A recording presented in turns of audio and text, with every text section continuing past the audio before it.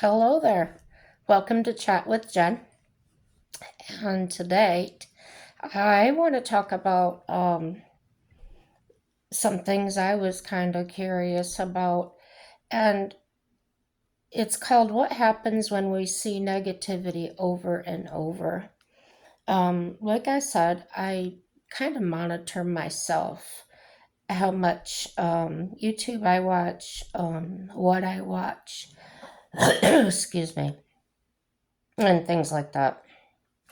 So, here's what I found out.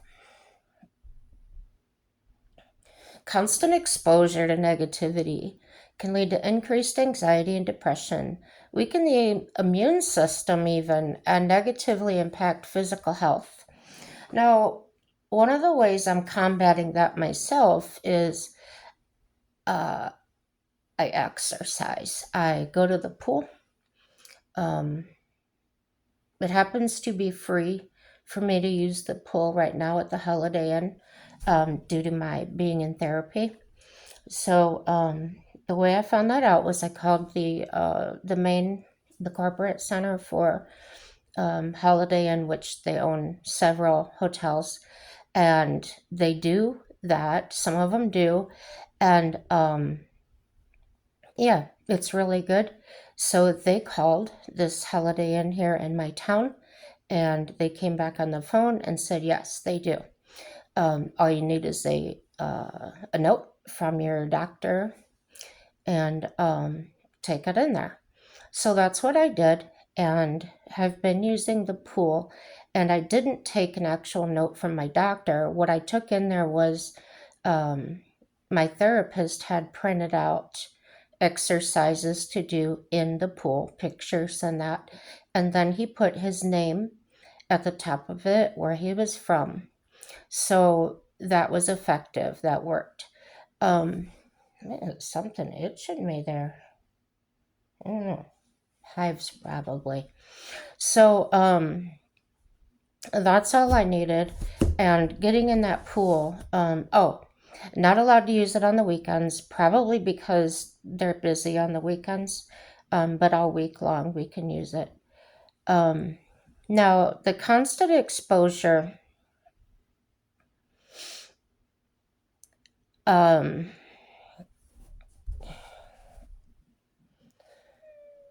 Let me see here.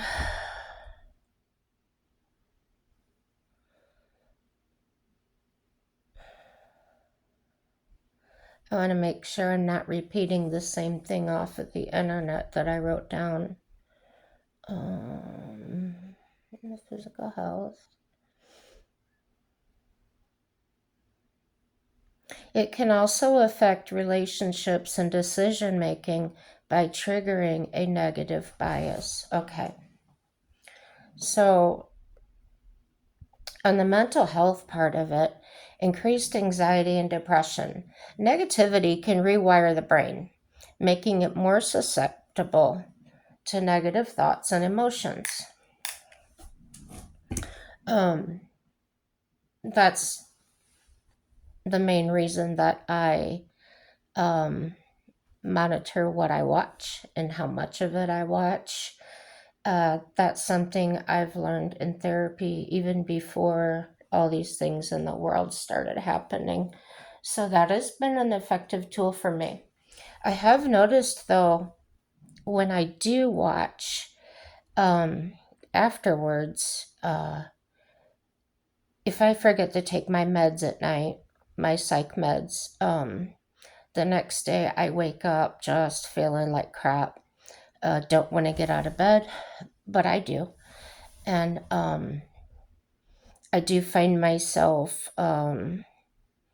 picking my husband apart. In other words, uh, every little thing. Oh, you didn't do that right. How can you not do that? Just picking. And I don't like to do that. But it's hard when you're in that state of mind not to do that. So I feel like education and being aware of your surroundings, which means your environment, and watching news programs or being exposed to negativity, whether it's in your family or at your job, um, over and over, it's pretty rough. I had a pretty important job one time, and it was really high stress. It's because what I did in the place I was working was not only governed by state laws, it was governed by federal laws. So it was constantly someone going behind my back and checking, which I was grateful for. But the way they handled it, you didn't know what they found until they left.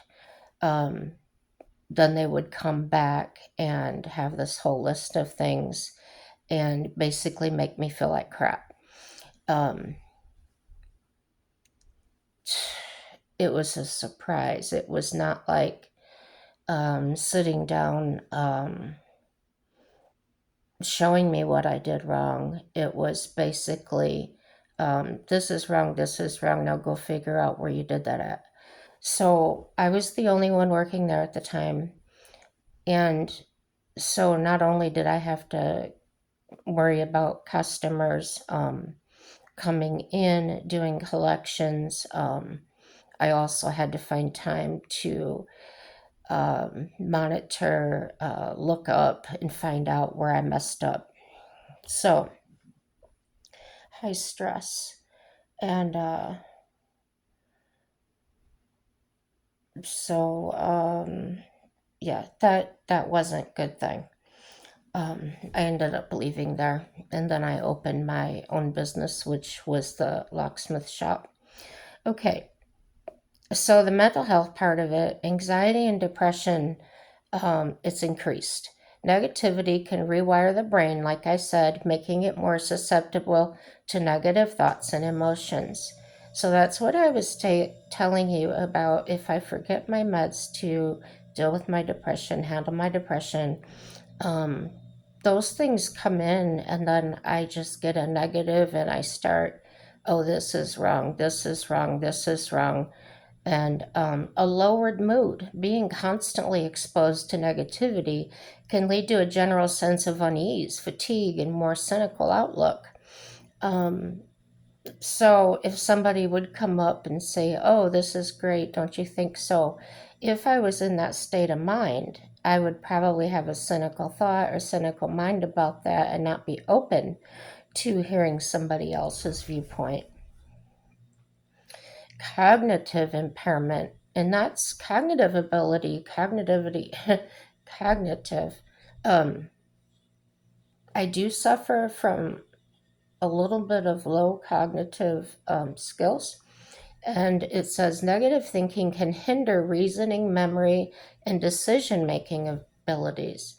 Um, Mine's usually decision making. Oh, memory too. It can lead to social withdrawal.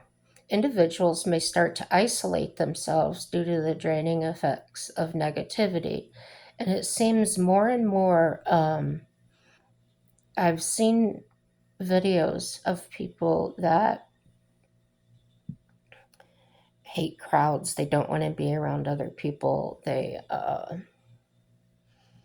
I've felt like that before. If somebody knocked on the door, I would literally go hide in the closet. I didn't want to talk to anybody. So that's a real thing. And if you suffer from that, be aware, and try and handle it the best you can. And if you can't, um, talk to a friend or, whoever you feel like you can talk to. And if they can't help you, maybe read something or go talk to a professional about it. I handle it by talking to the professional because my insurance covers that 100%, and it's helped me quite a bit. The physical symptoms. Um, oh, sorry, I skipped. Physical health. Stress from negativity can suppress the immune system, making individuals more vulnerable to sickness. Um, I don't want to jinx myself, but the entire time we've been here in North Dakota, which is, oh, probably 7 years, I have not even had a cold. So now that I said that, I might. I did have heart problems, kidney problems, things like that, but that has nothing to do with being sick. Mine was caused from, well, my kidneys failing was caused by medication I was taking. So that medication was stopped as soon as the test came back that I was in kidney failure. And yeah, that's how that went. The heart failure, they believe that I've had it all my life, but the older I got, the more it started becoming evident. And yeah, so I was basically born with it. Um, so the physical symptoms, negative thinking can manifest in headaches, chest pain, fatigue, sleep problems, and upset stomach. Increased risk of cardiovascular issues. Chronic stress from negativity can elevate your blood pressure and increase the risk of heart attack and stroke. Relationships and decision making. Negative bias. Negativity can lead to a bias where negative events are perceived as more important or significant than positive ones. Impact on relationships. This bias can affect how individuals interpret others' actions, potentially damaging relationships. And I touched on that a few seconds ago um, about picking my husband's actions apart. Um, yeah, not a good thing. Poor decision making. Negativity can hinder rational decision making and lead to impulsive choices. So, impulsive choices might be spending money that you don't really have, or deciding to go drink or, do something negative. Um, as I said, a family member recently did, and she was depressed and she didn't keep up on her things. She had a suspended license. She went and drove anyway. She didn't have insurance on her car. She went and drove anyway. And to top it off, she went out drinking and got an OWI. So she spent a night in jail. And this was a person that was really up, positivity all the time, um, had family support. So there wasn't a logical reason for her to do this, but because of her situations in her life, recent breakup, jumping into relationships really fast, it caught up to her. So, overall self esteem. Negative thinking can negatively impact self esteem and create a cycle of negativity. Coping mechanisms. Individuals may turn to unhealthy coping mechanisms like substance abuse to deal with the negative emotions. And from what I understand, I've never done drugs, people. So, but from what I understand on videos I've seen, is they can make you numb. And one of the reasons people take them is because they don't really want to feel what they're feeling all the time. So it's important to recognize the signs of negativity and take steps to mitigate its effects. This can include practicing mindfulness, seeking support from a therapist, and consciously focusing on positive aspects of life. Now, my aunt, she's almost 80, but she's a waitress. She's been a waitress her whole life, and she's still working, and she's in very great shape. She's never smoked and things like that. So drinking, yeah, not to the point of getting drunk, but drink here and there. Um, after work or things like that. So she has a phrase, and it's PYA,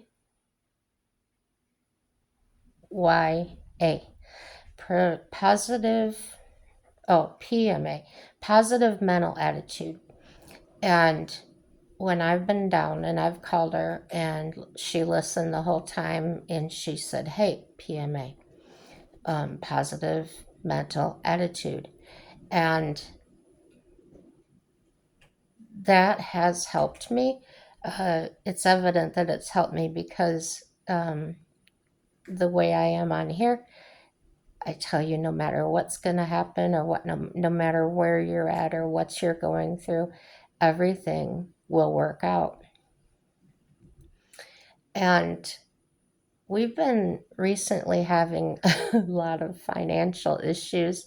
My husband was let go from his job suddenly. Um, so all of our bills, which come up to probably $1,500 a month, trying to pay those on my $900 disability check, and it wasn't working. So I was able to call creditors or yeah, things like that, and work out like with my car payment. It is affecting my credit, but we arranged that I could make half a car payment for 6 months. So I've been on here. I've been saying no matter what, it's going to work out, and it has. Um, my husband has become my caregiver, which the state pays him for that um, once a month. And Friday, he was hired at a convenience store gas station. So while he takes care of me, he's only allowed to work outside the home up to 20 hours a week. But guess what? That gives him a break from me, gets him out of the house, and he can go socialize. I have the option of riding into work with him and just taking the car and going over. Um, the Holiday Inn is just down the road from that gas station, and I can just go swimming or go to the senior center and do my socialization. So, from the past situation or lifestyle we had is so different, and I'm excited about the new changes. Life is always changing, and I've said this before. You gotta roll with it. Keep moving forward. Don't dwell on what you've been through. Um, in 2007, my husband at that time unalived my dad, and it took me years and years and years to figure that out, and afraid for my life, and they didn't have enough evidence to get him. So I moved from Indiana to North Dakota, and that was the action I took. That was the forward motion that I participated in. So, whatever your situation is, now moving far away like that was my husband and I getting together and discussing things, and several times. And that's how we talk. We talk about something, we kind of let it set, and then we come back to it when one of us thinks about it or whatever. And he came to me and he says, I don't like how you are. And I said, what do you mean by that? What's wrong with me? And he says, no, he goes, it's not a personal thing. He says, but these things are affecting you, and I don't like to see that. So what you were talking about leaving the state, because it was originally my thought, um, he said, I think that would be best for us. Now, that did include moving away from all of our family members and friends. We didn't know anybody up here. So we still don't know anybody. Well, we know a few people, but it's not like we get together and do things or whatever. But we created a new life, and we've been here 7 years, like I said, and um, we've had some low times as far as financial things. We went when we got here. We didn't have a vehicle. Because I sold my vehicle to have enough money to rent the moving truck and get up here. So when we got here, we were put into a income-based apartment for $50 a month. Um, we had $50 for the first month. We only had $80 with us. But during that month, Mike went out every day and he walked that town, and he put applications in anywhere. And then he got a job at McDonald's and he saved his money up and he was able to get an old, like a, there's a 94 Ford Thunderbird. Now, we wouldn't have trusted that car to go a long, long way, but for him going back and forth, that would have been just fine. Now, while he was working there, he got a meniscus tear in his knee. Very painful. I've had it done. And he had to have surgery on it. So, we didn't have a vehicle. This was during the time we didn't have a vehicle. And he was still walking back and forth to work, even though he was having that pain. And sometimes he would get home and then they would call him, ask him if he could come back, and he would. And it was a pretty long walk. It wasn't like walking across the street. It was probably 8 blocks away or something. It was quite a walk, but he cut cross country, so to speak, and it was a trail, a walking trail that other people had made to get from this side of town to that side of town. And yeah, he walked in the rain, in the snow, everything. So that was uh, April of um, that year that we moved there. And he didn't get the car until the next spring. So, as bad as the weather is here in the wintertime, he would just bundle himself up and go. And I have major respect for that drive, that willingness to um, go out and do what you do what you can, um, despite your situation. So from there, we moved to this town, which is 20 miles away from where we were at. We rented a truck, a U-Haul, and we came up here. He had his car then. And then I didn't have my driver's license. It had expired, and I didn't renew it because I really wasn't allowed to drive because of some health problems. So, 2 days after we moved here, we moved into our apartment. And they let him go in McDonald's. So here we are in this new apartment. Um, we have absolutely no money, so we can't even pay rent. We were going to be out on the street, so everything's going to work out, guys, right? The landlord um, worked it out with us that Mike could do some work for him, and I could do. He owned cabins. There's a lot of fishing tournaments and things. So during the summertime, we have people, all kinds of people come from everywhere, different states and everything, to come up here. So I was in charge of cleaning the cabins and things like that. So that's how we worked off our rent. Um, and we even sold that car uh, to try and get grocery money, get whatever we could get, right? So here we are with no car again. Well, the landlord let us use his truck when we had an errand to run or something. Um, then, uh, what happened? Let me see. Oh, my caregiver quit. And I was talking to my caseworker, and she was the one that said um, that Mike could be my caregiver and that would give us some income. So during this time, the landlord got really strange and he wasn't being very cordial.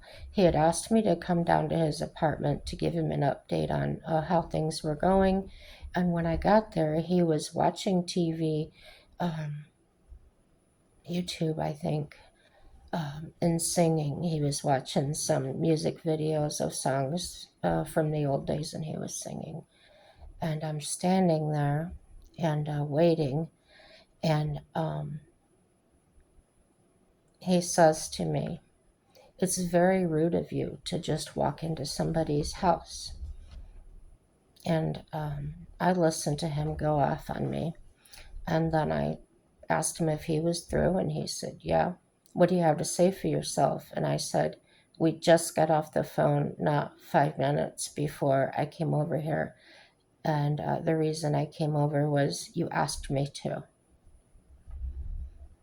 Now, he didn't apologize, but he acknowledged that he had forgotten about it that fast. So whatever.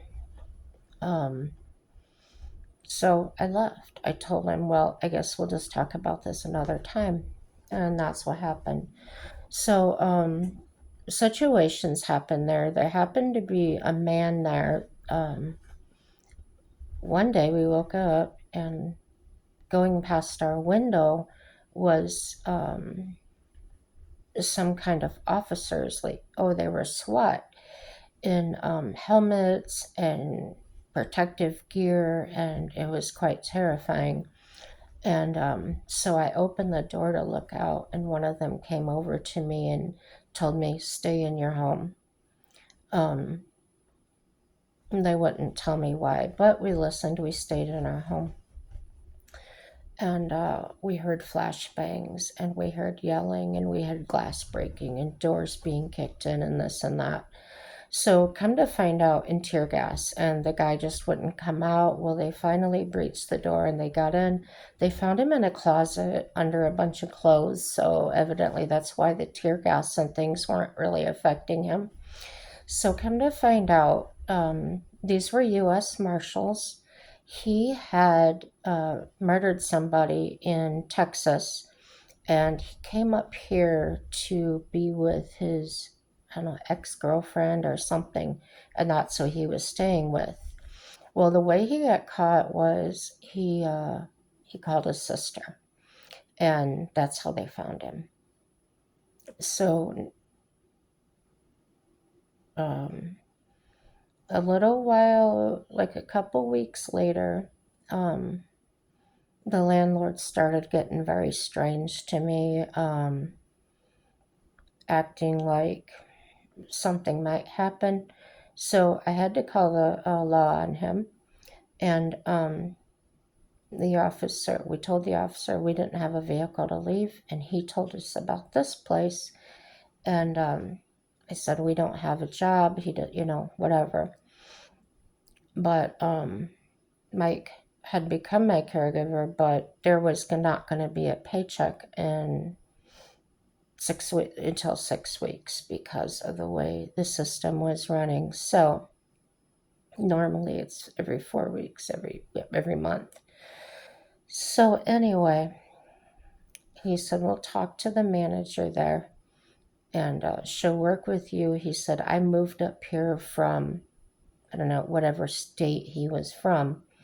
And he said, "I was kind of in the situation. I came here for this law enforcement job, but I had very little money when I got here." So she was able to work it out with him.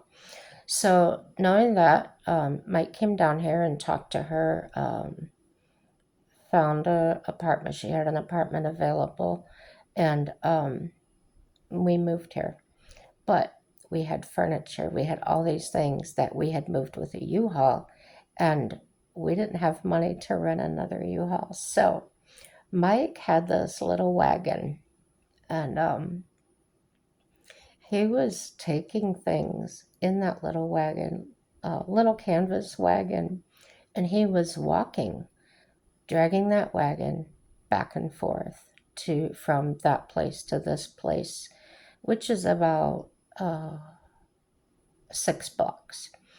So there was a man that had worked at this place where we were living, but there was a fallout between him and the landlord, like I had, and he had quit.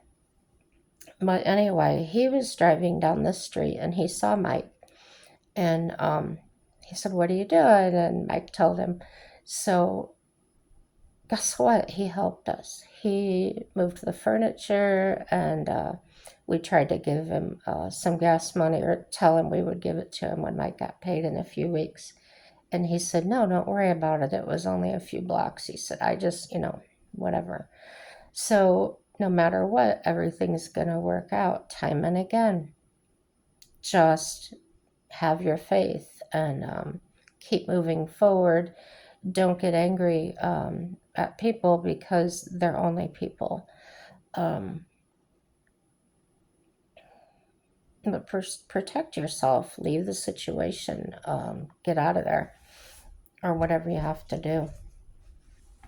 So we were here, and Mike was getting the income, and he didn't have to drive anywhere, which was a plus. Um, I was looking through, I think it was Facebook Marketplace, and I found a vehicle that was sharp, and got a hold of the guy, and he wanted $1,400 for it. Um, so after a few months, we had it paid off. He kept the vehicle and let us give him payments. Um, and then he delivered it on a trailer. And that vehicle was very good for us. Oh, we had gone and test drove it. We didn't buy a vehicle on scene. Um, so anyway, yeah, it was good stuff. That vehicle got us through quite a while, and then after time, cylinder 6 was not working very well, so um, I sold it. I told the man that bought it, I told him exactly what was wrong with it, um, and he said I was asking $1,500 for it, and he was a native, and as I was talking, I just said to him, I said, "Do you have $1,000 cash?" And he said, "Well, yeah, I brought it with me." And I said, "I'll sell it to you for that if you really want it." And he jumped on that. He really wanted it. So that was really good. But we were without a vehicle again. So we got a ride into town, the 20-mile away town. We walked into this used car dealership, and we left there with a vehicle. Yep. Our bank financed us. It was not a lot of money, probably $3,000, $4,000. And yeah, so we had that vehicle. And then we ended up trading that one for my Bubba, my Ford Explorer. So we built our way up. Now, I learned to build my way up by having my business. Some people say that you've got to get a loan, you've got to have a lot of money, and this and that. Because I was self employed and I was the only one doing the locksmithing, um, I bought my basic tools, what I needed to change locks and unlock cars and houses, whatever. Um, And that's what I had. That's all I had. I used the vehicle I had, which was a Oldsmobile, old Oldsmobile at the time, and stuff in my trunk, stuff in my if it was raining, I did it in the front seat of my car if I couldn't do it in the house, if it was dark or whatever. Um, and as like money started coming in, I would add something that I really needed, necessity, not something I just wanted to have or I thought was cool. Necessity. And when I was uh, selling new hardware on doors or things like that, a residential or a business, they let me keep the old hardware and I was able to refurbish it and resell it. Not for a new price, of course, but doing that, I built my business and eventually I worked my way up to getting an actual van. And then the rear end went out on that after a couple years, and I ended up getting a better vehicle. And that vehicle I was able to sit up in and work, and I was really happy with that. And did that for a few years, and then I got sick. So, um, yeah, that's how things went. So, if you really want to do it, whatever your dream is, you will find a way to do it. Um, I know if you want to have a bakery or a restaurant, you cannot, by law, here, most states that I know of, you're not allowed to cook in your home and sell it out of your home. But I've seen people that locally they will do it in a different way so that it's more of a, it's not like a business run thing, it's not like a bakery or a restaurant, um, and things like that. I know that back in the factories back in Indiana, um, some ladies would bring food in at the lunchtime. The factory workers, they would bring food in and sell it that way. So I don't know if that was legal, probably not, but it worked out for them. Um, and the prices, I understand, were not astronomical. So there are ways to do things. Um, if you really want to do it, whatever your business is, if you want to sell yard decorations or, whatever you can think of, uh, just do it. When you can't stop seeing the negative in everything, um, practice mindfulness. If you're stuck in a cycle of challenging thoughts and patterns of rumination, practicing mindfulness can help. And that went for my business too. Sometimes I would have a absolutely no income few days. And during those times, I could have sat around and moped about it and things, but I did what I called shaking the bushes. I would call my customers, my realtors, people I had worked for, and ask them if they had something. A lot of times they were busy or they didn't get time to call me. Um, and it worked out. I would usually get a few jobs by doing that. Um, but there again, it's motivation. I'm not going to sit here and dwell on it. I'm going to get up and do something about it. And that worked out. There's an old saying that people say, and it's actually absolutely not accurate. Um, and it goes around and people believe it or whatever. They say God helps those that help themselves. In the Bible, it does not say that. It actually says God helps those who cannot help themselves. Doesn't that make more common sense, more sense? Okay. So I couldn't help myself, but I moved. I got up and I didn't sit there and dwell. I'm talking kind of weird. So by getting up and moving forward, God stepped in. He joined me and walked with me, and it worked. So I told the story how my ex-husband that did what he did had taken all the feed and the hay for my horses. I had 5 horses. 3 of them were babies. So it was a cruel thing for him to do. So I didn't have any hay. I didn't have anything to give them. My grass, they had eaten the pasture down. I didn't have a whole lot of land. I had 2 acres for them to graze on, which isn't a lot for 5 horses. So I went up to the left of the barn where the hay was kept, and turned out there was a bale of hay in the corner, back in the dark corner. Um, I'm not going into that story again, but it was divine intervention. So they ate that day, and I called my sister, and she says to me, "You know what Dad used to say? There's a sale every Friday." And I said, "Yes, that's true." So he had taken my truck, but I still had the horse trailer. And one of my girlfriends came down with her truck, and we loaded up the horses. We took them to her house, and then we took them to the sale the next day, to the auction, and we sold them.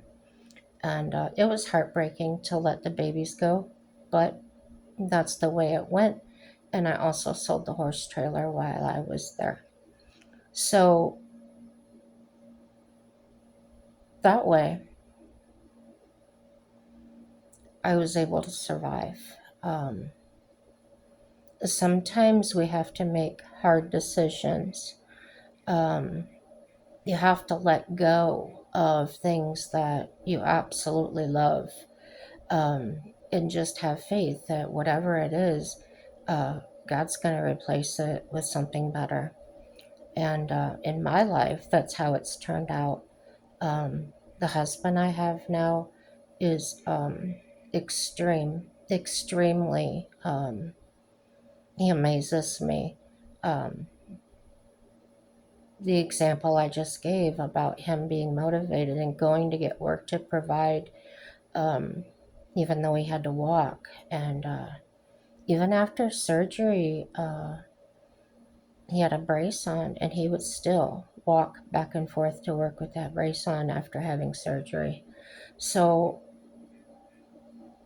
we're both motivated people. We both, no matter what it is, we may get angry, we may snap at each other. Um, it doesn't last long, maybe 15, 20 minutes. And because we both know what we have to do. Um, I'm a very strong-willed woman, and he's very strong. So the forward motion, the positive mental attitude, and we go, and we do it no matter what it is. I often say to my friends that if somebody broke in here and took everything that I own, it would be okay. It's not something I would be upset over. I would probably feel creeped out and afraid from somebody actually busting in here.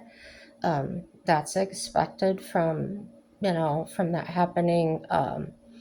Feeling uneasy, feeling afraid, or that they're gonna come back and harm you or whatever. That's normal.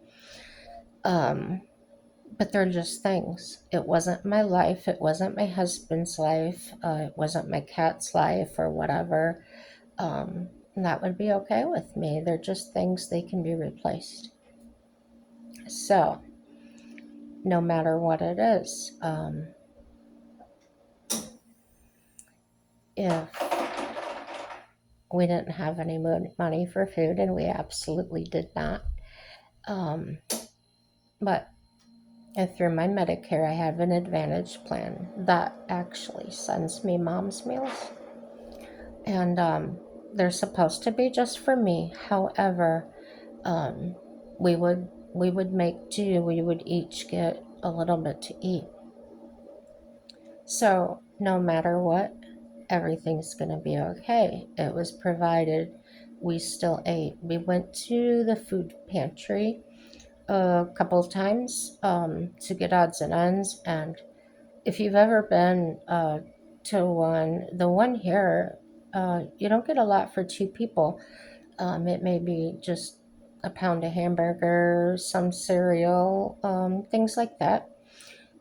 Sometimes farmers and Walmart will donate bread, um, fruit and vegetables like corn on the cob and things that are fresh. And those are awesome times to go, and we really appreciate it.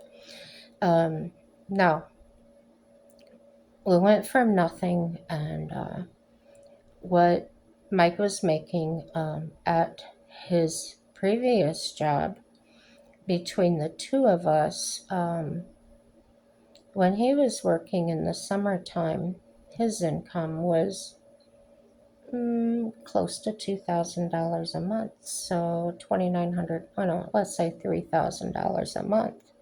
So we went from that to suddenly having no income from him, just my $900. So quite a shock, quite a change. Um, Last year, his hours dropped. He was only getting, I don't know, $800 to $1,000, but we were still paying our bills. We don't have an, I don't want to say active lifestyle, but we don't go out to eat. We don't go to concerts. We just basically, I don't know. We go out to eat once in a while, but it's when we can afford it. It's a treat. So now he got this job working, taking care of me. He got the job at the gas station, and we have my income, and it's actually gone up quite a bit. Before he got his first paycheck from the state, they had increased it. So we got a call the other day. He's already got a raise, and he hasn't even gotten his check yet. So that was awesome. And we'll be bringing in more than he had before. So, like I said, no matter what happens, everything will work out for your good. You have to have faith in yourself, you have to have faith in what you're doing, and you get up. You get up out of the bed, you get up out of the chair, you don't sit there and dwell on it. If you have to go apply for food stamps or TANF or whatever you have to do, it's okay. That's what these programs are there for. And don't let anybody shame you in that. Um, a lot of times, or sometimes, people just need a leg up. And if you're one of those people like us that does work, when the work's there, uh, we're motivated. We do what we have to do, even though we're that way. We have had to go on food stamps. This was before I got the food. We have had to go on food stamps before. So there's no shame in that.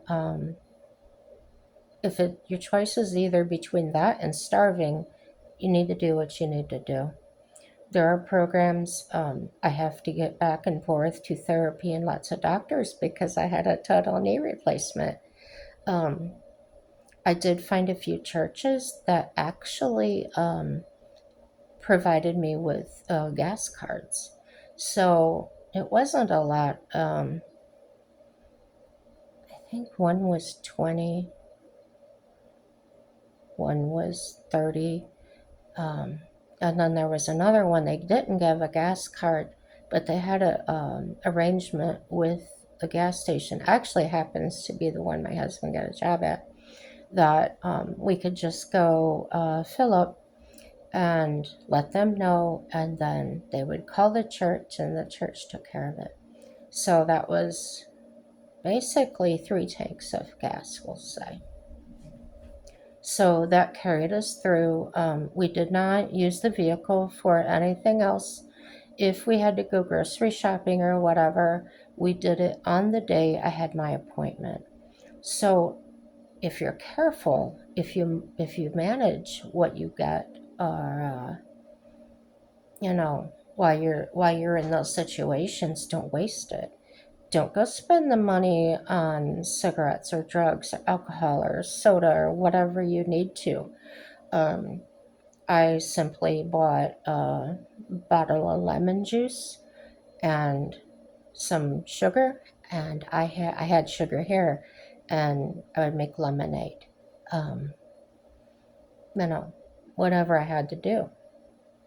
The Dollar General, the lemon juice was like $1.75 or something, and I got several 2-quart pitchers out of that bottle. So um, the water here is bad and nasty in our where we live, so it's lake water. So we don't use it to drink.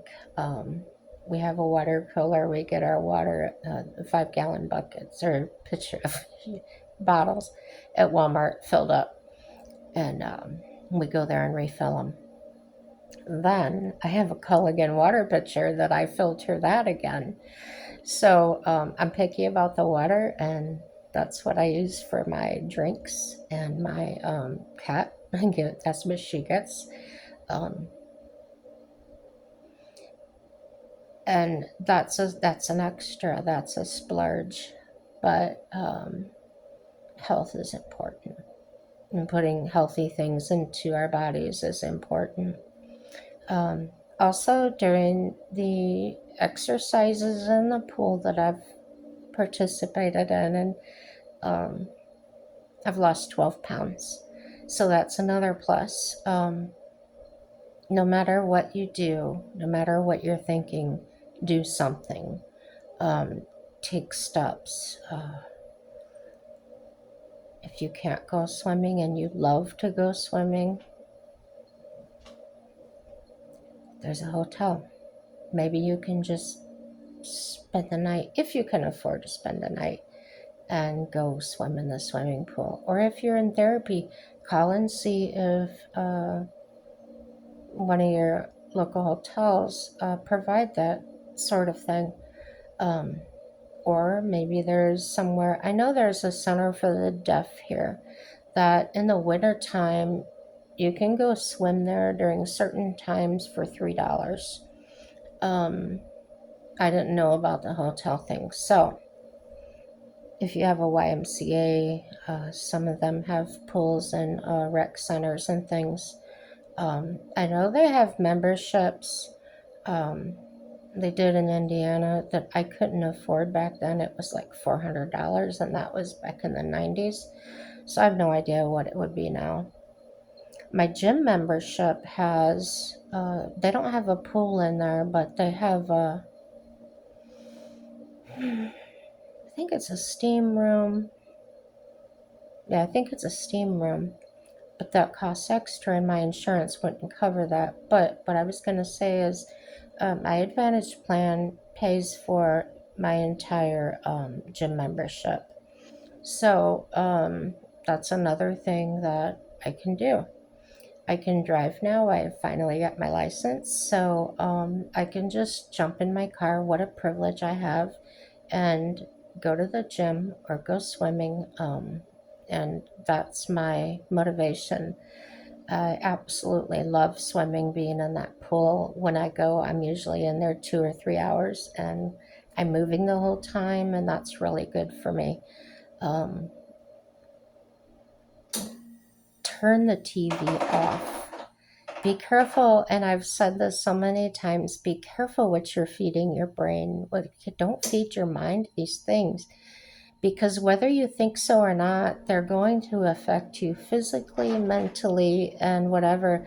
And sometimes it's so subconscious that we don't even realize what we've done to our brain or to our physical or mental health. Um, Limit your exposure. Um, I don't watch certain news stations because they're so negative. They talk bad about Trump, and I didn't like it when they talked about Biden either. I don't like that. I don't like bashing on people. As I've said before, I'm pretty neutral in the politics. I'm for whoever can get the job done, and at this time, it happens to be Trump. Um, I don't have to agree with 100% of what he does or what he did in his past. Um, that doesn't matter here and now and what he's doing now. Everybody has a past.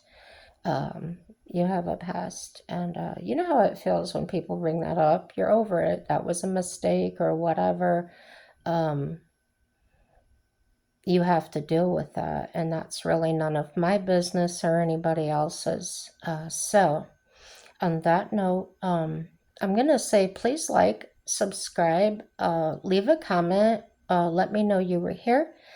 Uh, Give me ideas. Maybe tell me what do you want to talk about? Let's chat about it. I appreciate the ladies that do comment and do encourage me. Like I said, these help me mentally with my mental illness. I'm good sometimes at solving other people's problems, but not my own. And this has actually helped me solve my own problems. I can look at myself and listen to myself and say, oh, you need to do this or that, and I can do this or that. And actually, one of the things I've done that's helped me is I have two pictures of myself when I was 3, 4 years old. And I look at those pictures and I told that little girl that I'm going to take care of you. I'm going to love you. And that helped me so much. I started to feel love for myself and increase self esteem. So, also, if you're far away or if your parents have died or whatever, a friend of mine named Bill taught me this. He says, your mom's one side and your dad's the other. And if you put them together and hold yourself, that's them hugging you. And maybe that'll help somebody out there like you. Thanks for watching. I see my videos an hour long. Share this video if you found anything I said interesting or might help somebody else. Send it to your friends and enemies, even if your enemies are really bad. Something may help them. So, my content has been run by my therapist, and she agrees with the things I've said. So, it's nice to know that I'm on the right track and I am encouraging other people and doing it in the proper way. Um, Share with me if you're an expert, maybe let me know what you think of it. And remember, no matter what, everything's going to work out for your good and mine. Even your enemy's good. Whatever they're going through, it's going to work out for them. And I've had so-called enemies run into me later on in life and actually apologize for the way they treated me or something they said. So, positive mental attitude, keep on keeping on, no matter what. Keep on trucking.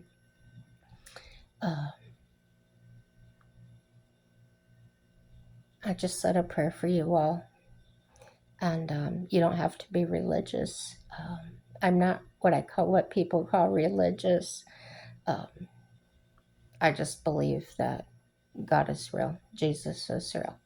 So, yeah, so many things have gone through my mind lately, and I'm sorry this video is so long, but I hope the content was good for you and you enjoyed watching it.